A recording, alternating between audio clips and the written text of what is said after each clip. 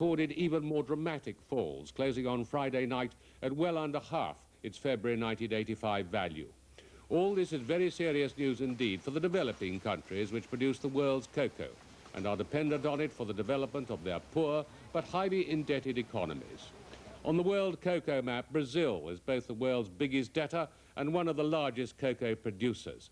But with its diverse economy, its problems pale beside those of the Ivory Coast, where cocoa accounts for 30% of exports, and Ghana, which is dependent on cocoa to the tune of a staggering 59% of exports. The implications of all this are not lost on those from the producing nations. When the revenue are lower, this means that those countries who have borrowed money from outside to develop production will not be in position, to reimburse the money borrowed from outside. The immediate cause of the problem is chronic overproduction.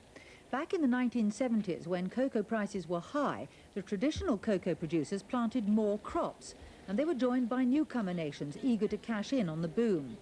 The result has been steadily mounting cocoa production over the last 4 years, presently at a high of over 2 million tonnes. But consumption has not kept pace with the rise in production, even though it too has risen strongly. The result? A massive surplus, and little chance of consumption ever catching up. It's very difficult to see the prospects for a strong rate of growth in consumption.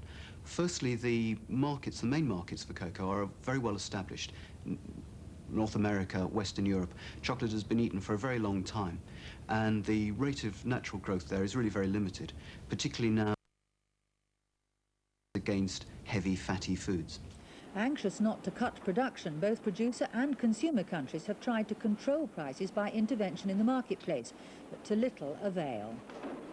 The main mechanism so far has been a buffer stock, which has bought cocoa on the free market and put it into storage.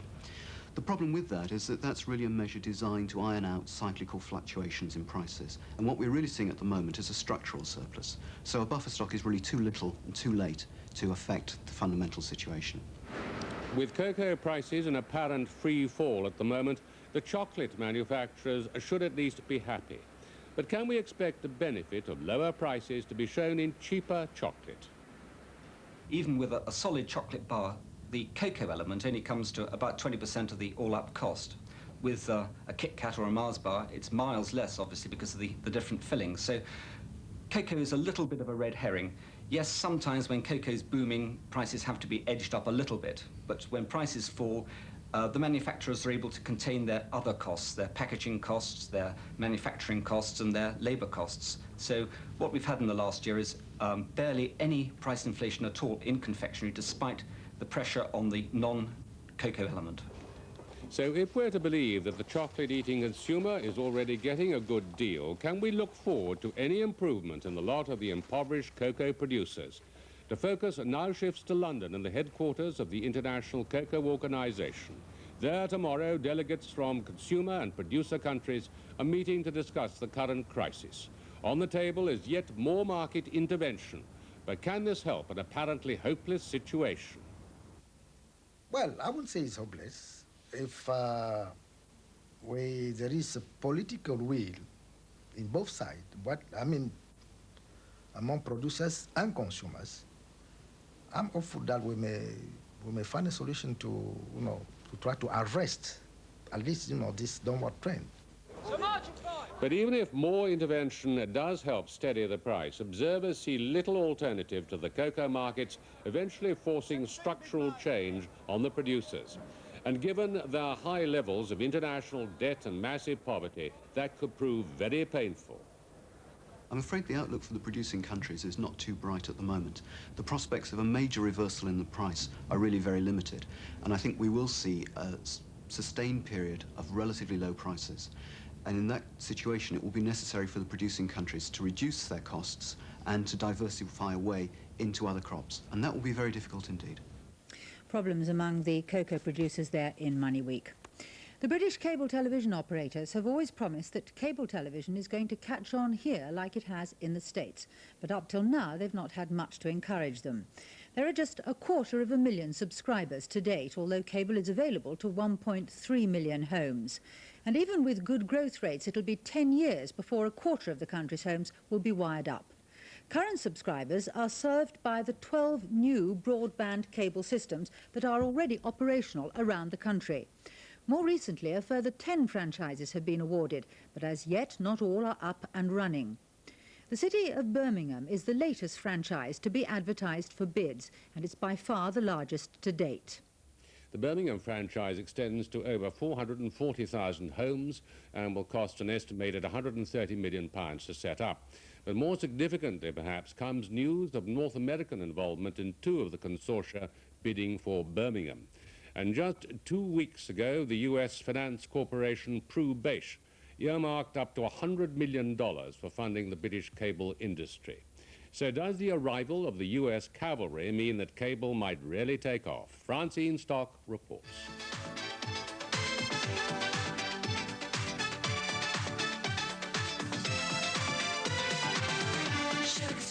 Cable television is all about choice, about change. The cable operators argue that it's a cash-spinning revolution in broadcasting. But potential investors have an on-off attitude. They balk at pouring in long-term money so viewers can indulge a short attention span. The real question is how many people will be prepared to pay a monthly subscription to receive a much wider range of programming. And with these uncertainties hanging over them, cable operators have had difficulty raising the finance to set up the infrastructure to relay programs into people's homes. But in the last few weeks, there have been indications that the tide may be about to turn.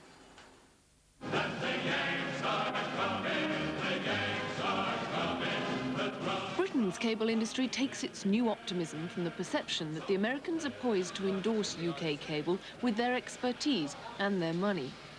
Here in America, the cable industry is pumping out up to 64 channels round the clock. By the end of this year, 47 million American homes will take cable. The US cable industry generates revenues of $12 billion a year. It's a phenomenal market, but a mature one. Hold on. Well, we think it's achieved a level of maturity that is somewhat plateaued. We believe that the existing penetrations are stagnating. We believe that the existing revenues on a per household basis are relatively flat at this point, except in underdeveloped situations. The U.S. market has become stagnant, and we need to go where opportunity is, and we believe there's some opportunity in Great Britain.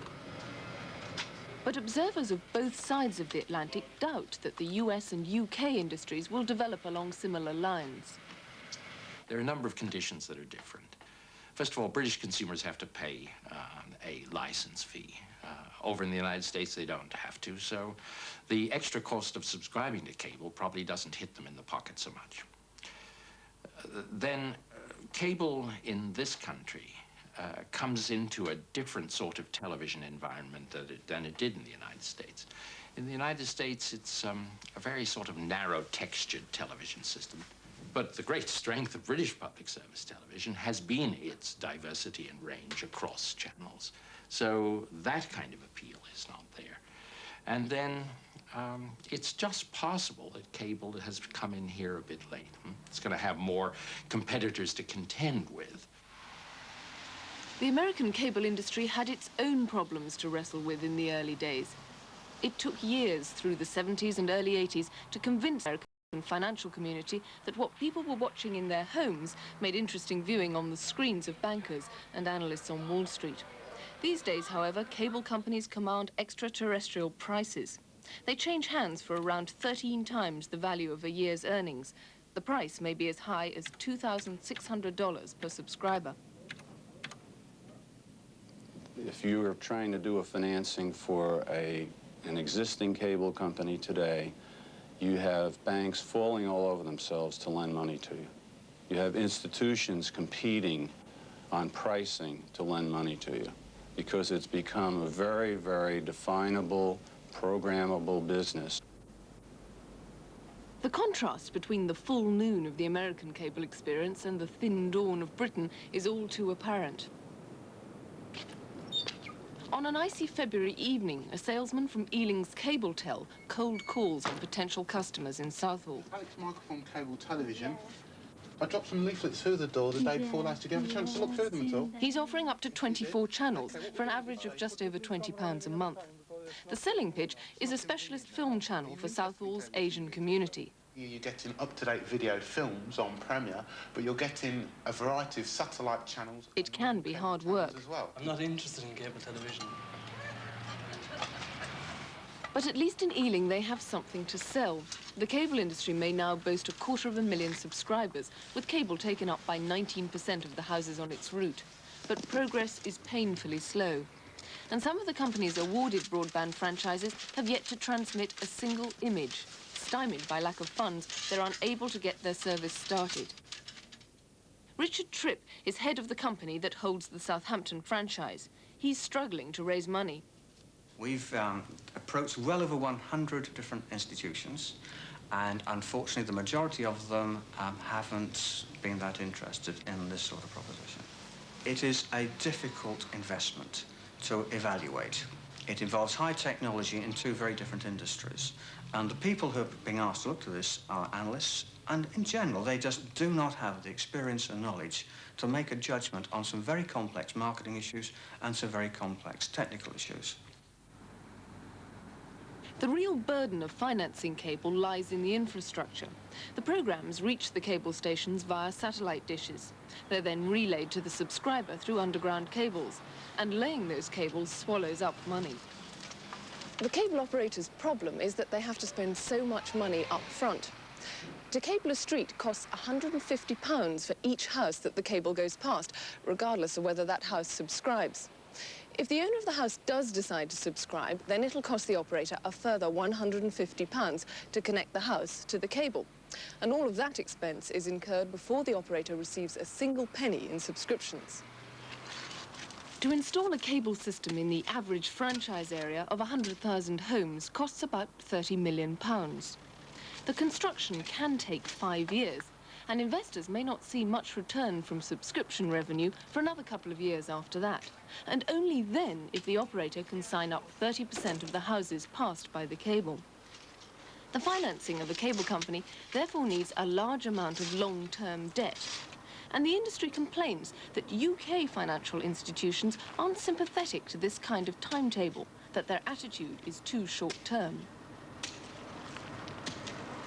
UK institutions, I don't think, are very comfortable at this stage with lending against cash flows. They tend to look at the balance sheet. And cable, certainly in America, has developed by very high gearing based on cash flow. And unless we can see that borrowing come through, and obviously we're not going to see the same ratios as America day one, but unless we see lending come into this industry, it will either never develop or it will have a very difficult time in ever developing. We need to get to the sort of attitude that the Americans have of